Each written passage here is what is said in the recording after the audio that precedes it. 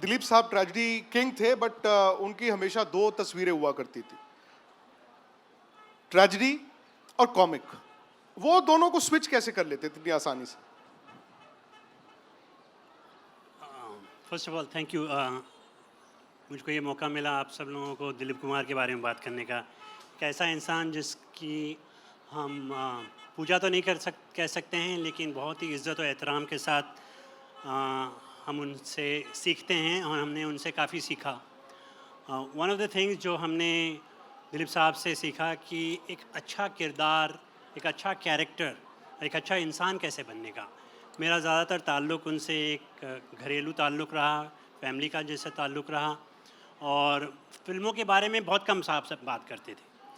अक्सर बेशतर जब फ़िल्म की बात आती थी या मैं उनसे कोई डीप कोई मूवी के बारे में या कोई सीन के बारे में पूछा तो बोलते थे छोड़ो यार, तुम भी अब ये मेरा काम था, काम है, भगाओ इसको।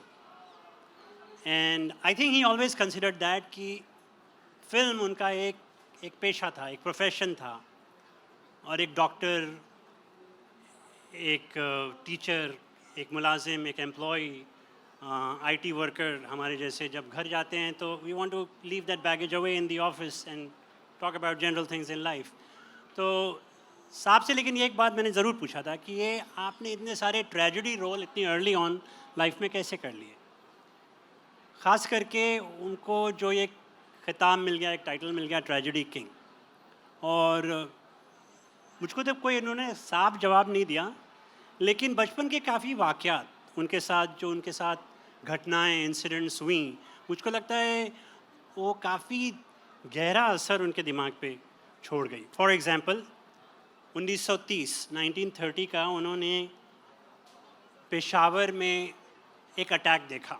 He was an 8-year-old child, 8 साल के वो बच्चे थे। उन्होंने अपने सामने अपने एक दोस्त के साथ बोलते, मैं बहुत शरारती बच्चा था, मेरी दादी जान अक्सर मुझसे बहुत परेशान रहती थी। She was the matriarch of the family, और उनको पता था कि ये लड़का हमेशा बाहर निकल जाता है, तो पेशावर की गलियों में खेलते थे वो। He came to Bombay end of 1930-31, और पेशावर का एक वाक़या जब उन्होंने खुदाई खिदमतगार जो वहाँ पर Khan Abdul Ghaffar Khan, who was a follower of Gandhi ji, तो वहाँ पर एक डिसओबीडियंस मूवमेंट था, और ये 2-3 बच्चे दूर से देख रहे थे, और इन्होंने अपने सामने देखा कि वो कैसे ब्रिटिश सोल्जर्स हम वतनों को जो प्रोटेस्ट कर रहे थे खान अब्दुल गफ़्फ़ार खान के साथ, वो कैसे उनको शहीद कर दिया गया। And he said it left a very deep impact, he could not come out of that. ये उससे उभर नहीं पाए थे, वो निकल नहीं पा रहे थे उससे, और वो बोले मैं हफ्तों को कुछ बोला ही नहीं किसी को। और साहब मुझे बता रहे थे ये वाक़या कि ये गम का माहौल मेरे जहन में बन गया, और वो गम तब निकला जब मुझे ये पता चला कि अब हम बॉम्बे जाएंगे। इनके फादर एक फ्रूट ट्रेडर थे बॉम्बे में, क्रॉफर्ड मार्केट आपने सुना होगा वहाँ पर, और पेशावर में इनकी काफ़ी बागात थी, ऑर्चर्ड्स थे जहाँ से ये फ्रूट्स एक्सपोर्ट करते थे और ट्रेन से आते थे। इसी तरह इन्होंने बचपन में काफ़ी स्ट्रगल देखा। बड़ी फैमिली थी, 6 भाई 6 बहनें थे, लोग 12 बच्चे थे, और बहुत मुश्किल का वक्त था।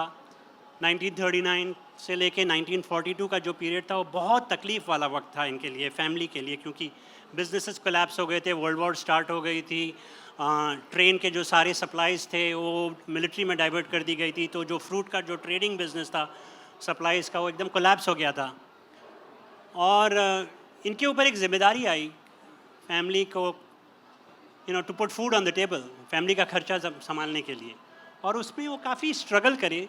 तो मुझको लगता है कि क्योंकि ये फिल्म वगैरह के लिए कोई एक्टिंग स्कूल और कोई ड्रामा स्कूल कभी गए नहीं थे, और एक साहब ने ट्विटर पे लिखा था, नाम नहीं बताऊंगा, कि अगर आपको एक्टिंग सीखना हो तो कोई ड्रामा स्कूल, कोई मूवी एक्टिंग स्कूल मत जाइए, दिलीप कुमार की कुछ मूवीज़ देख लीजिए, ख़ास करके गंगा जमुना।